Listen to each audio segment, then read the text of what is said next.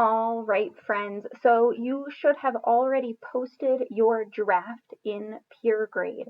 And it's possible that when you did that, no one else had submitted anything for you to review. And so you will need to come back in order to do peer review. When you log in, your assignment will look like this. And you will need to hit the review button to get back to the peer review section. We're going to hit start reviewing. In this space, you are going to look for those key elements of argumentative writing, which include the claim, counterclaim, rebuttal, and evidence.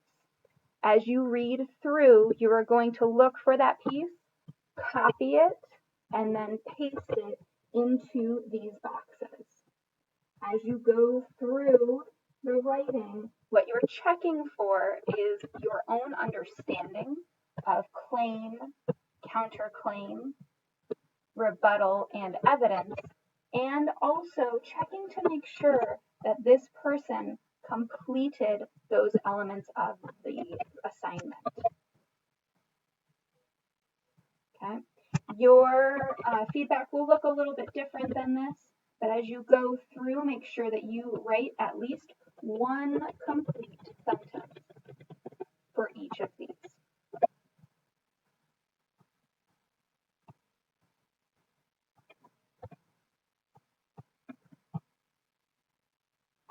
All right, once you are done, you are going to scroll down and hit Submit Feedback. You will be randomly assigned 3 different people to review, and once you are done, you will be taken to React. You can navigate there in 2 different ways. One is to finish those feedbacks. The other is to hit Give Reaction at the top. It will be locked if you have not finished your peer reviews. When you get to the React section of this assignment, you can see the feedback from others. The last step of this assignment is to apply that feedback back into your original writing so that it is completed.